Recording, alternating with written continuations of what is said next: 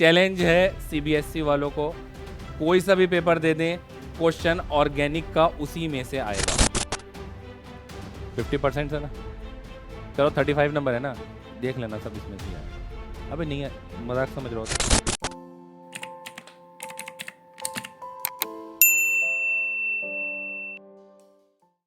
Hello students, कैसे हैं आप सभी लोग। उम्मीद करता हूँ आप सभी बहुत अच्छे होंगे। आप लोगों के तो पेपर भी चल रहे हैं, तो उम्मीद करता हूँ पेपर बहुत अच्छे जा रहे होंगे। जो पेपर हो चुके हैं वो बहुत अच्छे गए होंगे, और जो होने वाले हैं, आपके जो पेपर रह गए हैं, इंशाल्लाह वो भी आपके बहुत अच्छे जाएंगे। तो मैंने क्लास 12th केमिस्ट्री की 2 ऑनलाइन सेशन लिए थे। उसमें मैंने कुछ प्रेडिक्शंस की थी और बोला था कि जो भी आएगा इसी में से आएगा, जो भी आएगा इसी में से आएगा। मैंने उसमें सिर्फ और सिर्फ ऑर्गेनिक पढ़ाई थी, और ऑर्गेनिक में मैंने बोला था जो आएगा इसी में से आएगा। तो जब वो पेपर आया और पेपर मैंने देखा, तो मैं भी काफ़ी ज़्यादा शॉक्ड हो गया, जैसे अभी आप लोग भी शॉक्ड होने वाले हैं। तो इस वीडियो को एंड तक देखें और मेरे साथ साथ रहें। देखिए, पेपर जब मैंने ओपन किया तो मतलब कुछ पहले ऑब्जेक्टिव टाइप्स के क्वेश्चन होते हैं, तो ये मुझे ऑब्जेक्टिव टाइप का क्वेश्चन दिखा। बेस्ट मेथड एल्काइल फ्लोराइड का है, तो ये हमने करा रखा है। सॉर्ट रिएक्शन, ठीक है, देखो ये आपकी सॉर्ट रिएक्शन है, ये आपकी हमने करा रखी है। तो ठीक है, ये तो आ ही जाता है, इसमें कोई इतनी शॉकिंग वाली बात नहीं है। लेकिन जैसे जैसे आप आगे जाएंगे तो डेफिनेटली आप शॉक्ड होने वाले हैं, डेफिनेटली आप शॉक्ड होने वाले हैं। इससे ऊपर एक ये क्वेश्चन है आपका, R O H H C L Z N C L to R C L.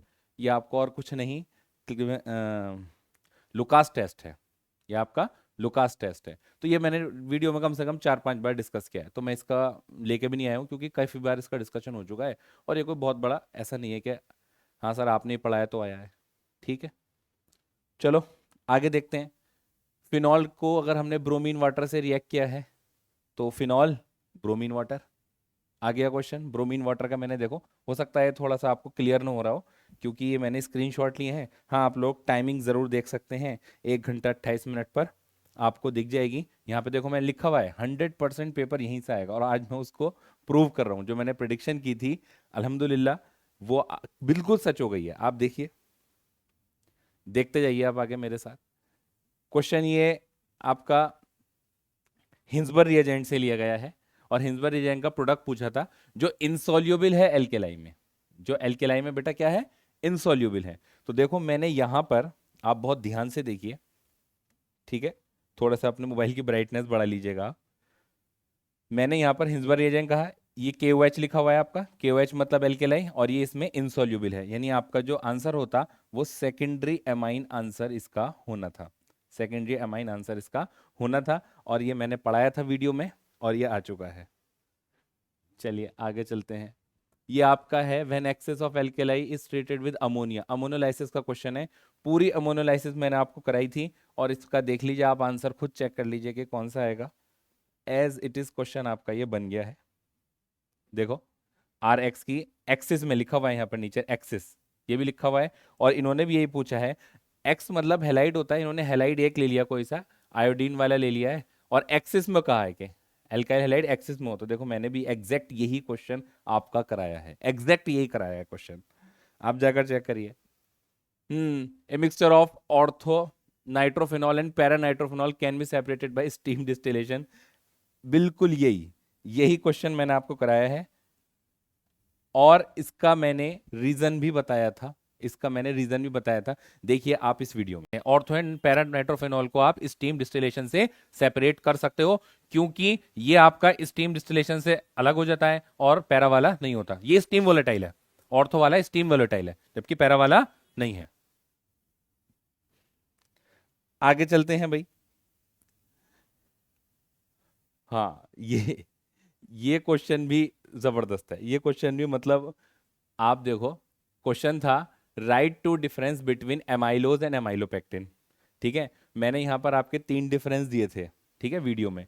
देखो लिखा हुआ है ना, डिफरेंशिएट बिटवीन द फॉलोइंग। तो पहला कौन सा है, एमाइलोज एंड एमाइलोपेक्टिन, ऊपर आ चुका है। और globular protein of fibrous, globular protein and fibrous.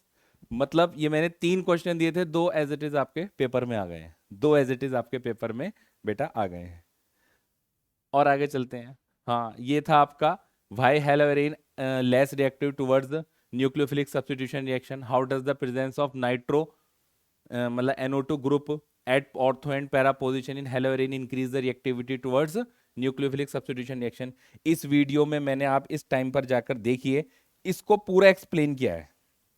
इस टाइम पर जाके देखिए, पूरा एक्सप्लेन किया है इसी बात को, और वही पूछ लिया गया है। ठीक है, आगे चलते हैं। आगे चलते हैं।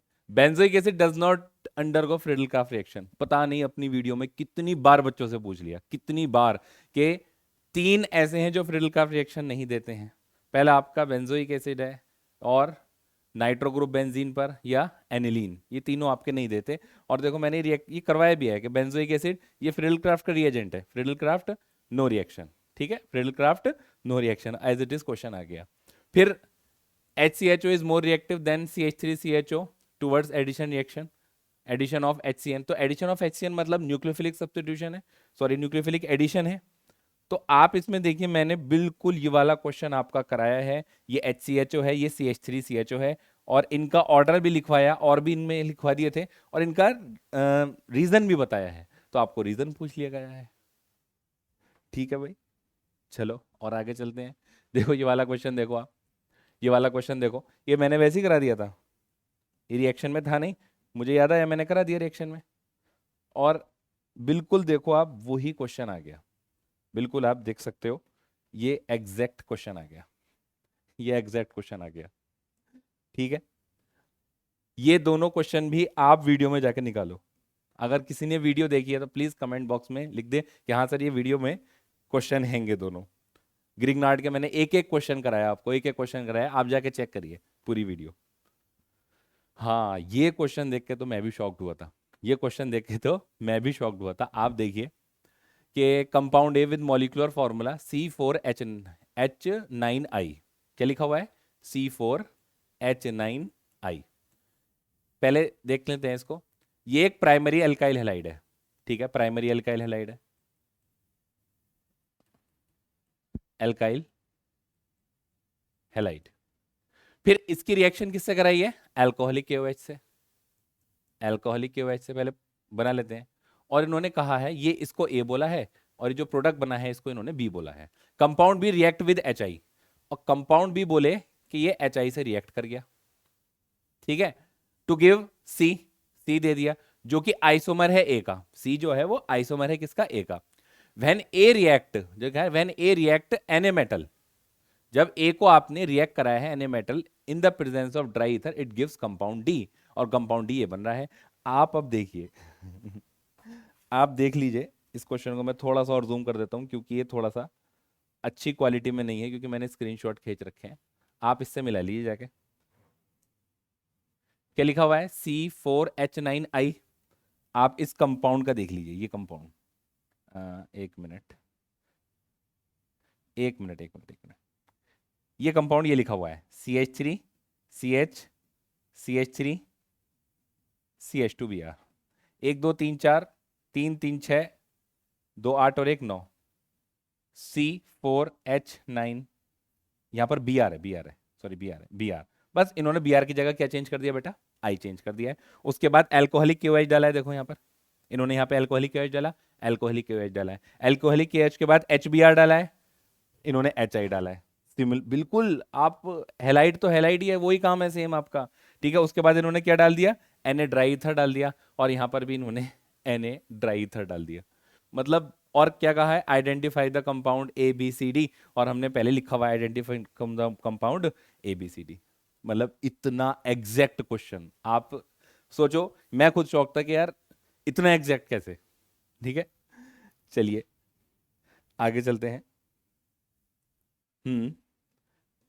ये क्वेश्चन आपका, PKB of aniline is more than methylamine. तो भाई देखो यहां पर क्या है, increasing order of PKB, increasing order of PKB, इसमें सारे पूछ लिए गए हैं। ये आपका प्राइमरी अमाइन है, ये आपका एनिलीन है, तो ये इसी का क्वेश्चन पूछा गया, एग्जैक्ट मैंने बताया, और इसको मैंने बहुत अच्छे से डिटेल में आपको समझाया है। ठीक है, चलिए आगे चलते हैं। इस पेज के देखना आपको कितने क्वेश्चन आए हुए हैं, खाली इस वाले पेज के। Arrange the following increasing order of their basic strength in aqueous solution. अब आप क्या कहोगे, इंपॉर्टेंट लिखा हुआ है कि इंपॉर्टेंट है, और देखो एज इट इज आ गया, एज इट इज आ गया। मैंने एथाइल वाला भी करा दिया था, मेथाइल वाला भी करा दिया था, मेथाइल वाला आ गया। बताइए आप लोग, ठीक है। और और क्या आ गया, हाँ, ये क्वेश्चन क्या है आपका, ये कौन सी रिएक्शन है, कुछ नहीं है, स्टीफन ही है भाई, स्टीफन ही है, स्टीफन ही है। मतलब क्या है, ZnHCl ले लो, आप SnHCl ले लो, ठीक है। मैंने अपने नोट्स में बच्चों को जब मैं पढ़ाया था तो मैंने क्लियर बता दिया था ये स्टीफन है, ओके। और इसके बाद ये जो आगे वाली है, ये भी मैं आपको दिखाऊंगा आगे, अभी आपको मैं दिखाऊंगा। उसके बाद, उसके बाद ये आपका कौन सा क्वेश्चन आया, हाँ ये क्वेश्चन आया, draw the structure of methyl methyl hemiacetal of methane methanal. ये मैंने एसिटल और कीटल बहुत तमीज से आपको इन्हीं वीडियो में कराया है, और क्वेश्चन उससे बहुत अच्छा पूछ लिया, मतलब अच्छा का मतलब बहुत सस्ता क्वेश्चन पूछ लिया, क्या इनका स्ट्रक्चर पूछा है, आप वीडियो में जाके देखिए, एग्जैक्ट कराया हुआ है क्वेश्चन ये आपका। अब ये इसके लिए भी शॉकिंग हूं मैं, देखो, there are two NH2 group in the semicarbazide, however only one is involved in the formation of semi carbozones, give reason। ठीक, आप लोग ये क्वेश्चन देखिए और ये वीडियो देखिए। सेमी कार्बोजाइड, सेमी कार्बोजाइड, तो ये क्या बन जाएगा आपका R CH double bond N। अच्छा, इनमें से 1 2 3, इनमें से कौन सा नाइट्रोजन को मैं ऐड करूं, किस नाइट्रोजन से अटैक होगा, 1 2 3, तीसरे वाले से, क्यों पहले वाले से क्यों नहीं होगा, रेजोनेंस में जा रहा है दूसरे वाले से, रेजोनेंस में, ये वाला आपका लोकलाइज है, जो लोकलाइज हो उससे होगा, तो इसलिए आपका ये आ जाएगा N, ये आपका NH, ये NH2, इसका नाम हो जाएगा सेमी कार्बाटोन। चलिए देख लिया आपने वीडियो, आप बताइए, जो मैंने रीजन, मतलब जो मैंने एक्चुअल में बच्चों से क्वेश्चन पूछ लिया कि बताओ इन, प्रोडक्ट नहीं आया, प्रोडक्ट के बाद मैंने पूछा था पहले कि इन तीनों में से कौन अटैक करेगा, पूछा था नहीं पूछा था, और वही इन्होंने क्वेश्चन पूछ लिया गया, ठीक है, ओके। चलिए आगे चलते हैं, आगे चलते हैं, अब बताओ इस क्वेश्चन को क्या कहोगे भाई, नहीं हो शॉक्ड, मतलब, ठीक है, साइक्लोहेक्सेनॉल और उस पर CrO3, साइक्लोहेक्सेनॉल CrO3 हमने आगे भी कराई थी, लेकिन उन्हें पार्ट ए तक दे दिया, बस पार्ट ए तक ही दे दी है, ठीक है। उसके बाद right the final product form when phthalic acid is treated with NH3 followed by strong heated. मैंने ये गैब्रियल थैलेमाइड रिएक्शन में आपको करा दिया है, थैलीमाइड, गैब्रियल थैलीमाइड रिएक्शन में बिल्कुल हुआ है ये, और वैसे भी 2 या 3 बार कार्बोक्सिलिक एसिड पर एक्सिस में अमाइन की मैंने रिएक्शन आपको करा रखी है, ठीक है, ओके। देखो ये एग्जैक्ट आ गया क्वेश्चन, ये एग्जैक्ट आ गया, और ये आपकी स्टीफन है, ये आपकी स्टीफन है, स्टीफन आपकी नोट में हुई हुई है, मतलब आपकी वीडियो में हुई है। तो देखिए स्टूडेंट्स, कितने एग्जैक्ट क्वेश्चन आए हैं, मैंने आपसे बोला था प्लीज ये वीडियो जरूर करके जाना, प्लीज ये वीडियो जरूर करके जाना, आपका पेपर इसी में से आ जाएगा।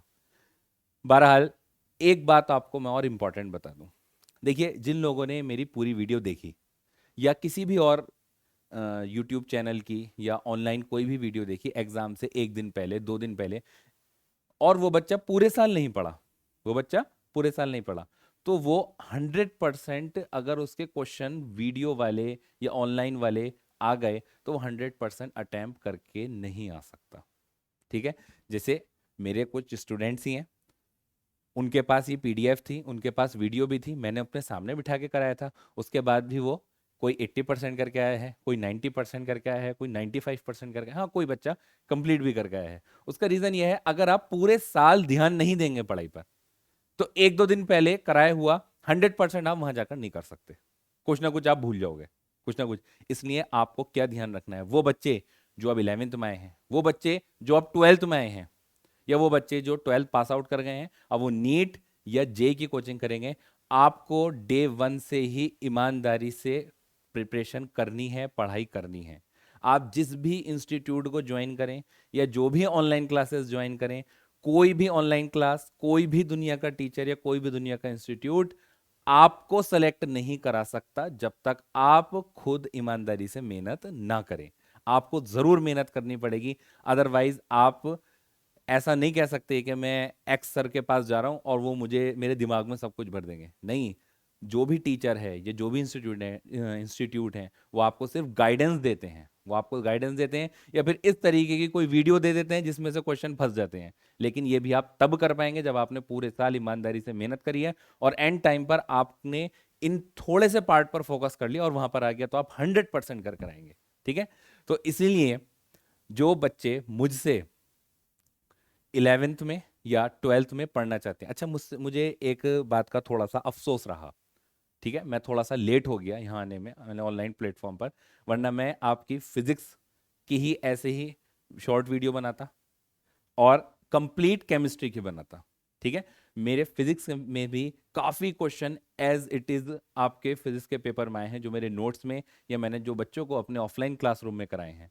ठीक है, तो बहरहाल वीडियो को बहुत ज़्यादा ना लंबा करके बहुत जल्दी इसको एंड करते हैं। तो मेरी छोटी सी बात ये है कि अभी जो बच्चे 11th में आ चुके हैं, जो बच्चे 12th में आए हैं या जो बच्चे 12th पास आउट कर गए हैं, अगर आपको 11th 12th या नीट में पढ़ना है या जेई में पढ़ना है तो एडमिशन स्टार्ट हो चुके हैं, एडमिशन स्टार्ट हो चुके हैं। सीट्स बहुत लिमिटेड हैं, बहुत लिमिटेड है। मैं 30 to 35 स्टूडेंट्स ही अपने क्लासरूम में पढ़ाता हूँ।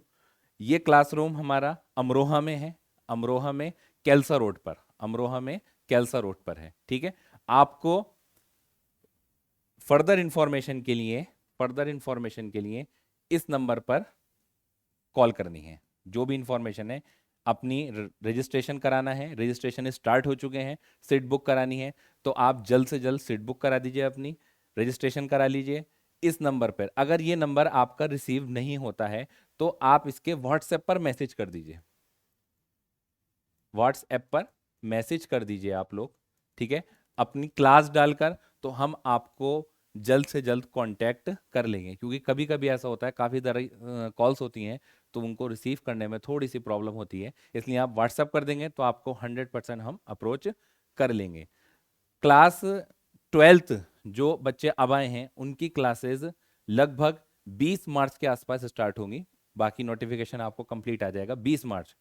तो आप लोग डे 1 से ही हम बिल्कुल दिल लगाकर प्रैक्टिस करेंगे, एक एक चीज क्लासरूम में समझेंगे। अभी तो मैंने यहाँ पर बहुत शॉर्ट में पढ़ाई है ऑर्गेनिक, मैं अपने क्लासरूम में डिटेल में मैकेनिज्म के साथ, मतलब ऑर्गेनिक को भी नहीं रटवाता, कभी नहीं रटवाता। ऑर्गेनिक हो, फिजिकल हो या इनऑर्गेनिक हो, इनऑर्गेनिक में सिर्फ 5 से 10% चीजें हैं जिनको आपको थोड़ी याद रखनी पड़ती हैं, बाकी सब चीजें कॉन्सेप्चुअल हैं जो आप कॉन्सेप्ट के साथ समझ सकते हो बिना किसी एक्सेप्शन के। ऑर्गेनिक में तो मैंने आज तक एक्सेप्शन ही नहीं पढ़ा, तो मैं आपको क्या पढ़ाऊंगा।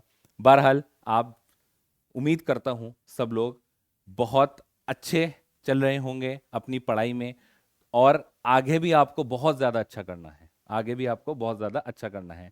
इसी तरीके से नीट का मैंने अभी अनाउंस कर ही दिया है कि क्रैश कोर्स आ रहा है, लाइव आएगा, लाइव भी आ सकता है और मतलब आपका रिकॉर्डेड भी आ सकता है, लेकिन हम ऑनलाइन फिजिक्स का क्रैश कोर्स लेकर आ गए हैं। आप लोग एक एक वीडियो को, अगर आप लोग नीट का प्रिपरेशन कर रहे हैं, जो बच्चे 2025 के लिए प्रिपरेशन कर रहे हैं, तो प्लीज़ उसको एक एक वीडियो को देखिए। मैं बहुत मेहनत कर रहा हूँ आप लोगों के लिए, कई कई घंटे लग जाते हैं एक लेक्चर बनाने के लिए, ये आप लोग भी जानते हैं। और उसके बाद मैं आपको पढ़ाऊंगा इंशाल्लाह, सारा पेपर एज इट इज़ आपका नीट का उसी में से आ जाएगा। ठीक है, उम्मीद करता हूँ आप सभी लोग बहुत अच्छे से कर रहे होंगे। Wish you all the best.